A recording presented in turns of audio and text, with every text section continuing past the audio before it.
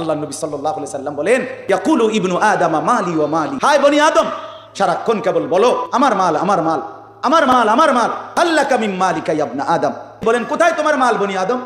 রাসূলুল্লাহর হাদিস। এই বেটা, মাল কই তোমার? এই বাড়ি তো সাথে নিয়ে যাও, এই 10 শতক জায়গা তোমার, সাথে নিয়ে যাও, এই সোফাগুলো তোমার, এগুলো সাথে করে নিয়ে যাও কবরে। তোমার না বললা ওয়া হাল্লাকা ইয়া ইবনা আদম মিন মালিক। কই তোমার মাল কোথায় বান্দা? হে বনি আদম, কই তোমার মাল? রাসূলুল্লাহর হাদিস এটা। এরপরে নবী বলেন, শুনো, তোমার মাল কেবল 3টা। কোন মানুষের মাল কয়টা? 1 নাম্বার মা আকালতা ফা আফনাইতা, যেটা তুমি সরাসরি খাইছো, এটা তোমার, তোমার পেটে যেটা গেছে।